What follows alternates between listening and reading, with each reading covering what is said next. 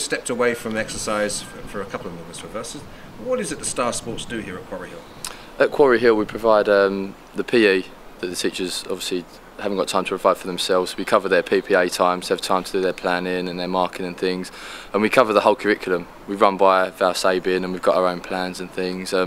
We also have after school clubs on Tuesdays where they can do multi-sports, experience sports that they wouldn't normally do outside of school or even in school, so like cricket, hockey, tag rugby, athletics, and we just try and introduce them to new sports so they can do that outside of school rather than obviously sitting at home and playing their PlayStations and not really doing too much. So what do you think of the fitness levels of the students at Quarry Hill? I personally think it's very good because at lunchtime they have their hockey equipment out, basketball, football. They all go on a rotation of what they're doing at lunchtime, so it's all very active.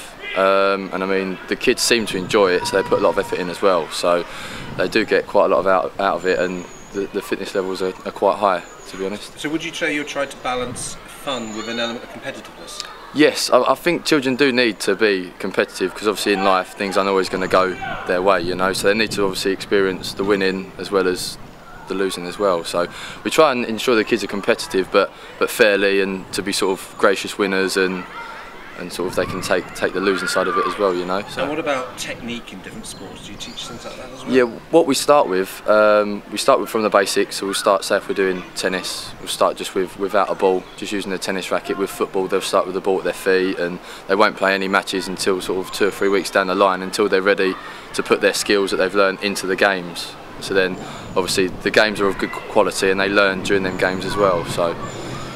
On a wider subject, can we have it both ways? Because sometimes I see an under-8 football league and think you wouldn't have that in Holland. Right.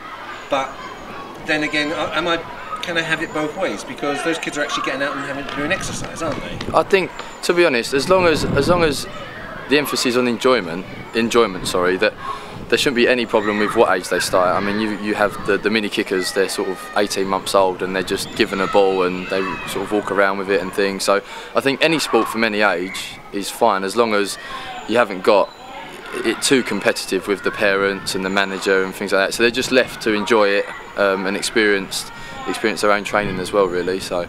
And who assesses whether you are effective or you're providing a good service? Well, we're observed every so often, probably once every term or two, by the deputy head or the head teacher or the head of PE at the schools. And we do our own evaluations as well. So we'll sort of give out sheets to the teachers. They can evaluate if they've seen it, what the children think of the sessions as well. So we're always trying to look to develop and increase our